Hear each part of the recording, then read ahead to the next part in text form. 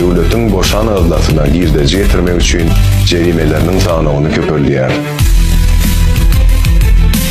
Öçüweni ýokarlandyrýar. Jerimelerden gelýän girdeji näçe we anyk nähili il we hüwitli işlere harç edilýänligi barada döwlet edaralary ilata hasabat beren oklar. Jerimeler ilat bilen maslahatlaşylmady. Neticede jerimeden sypmak üçin berilýän para korrupsiýany östürýär.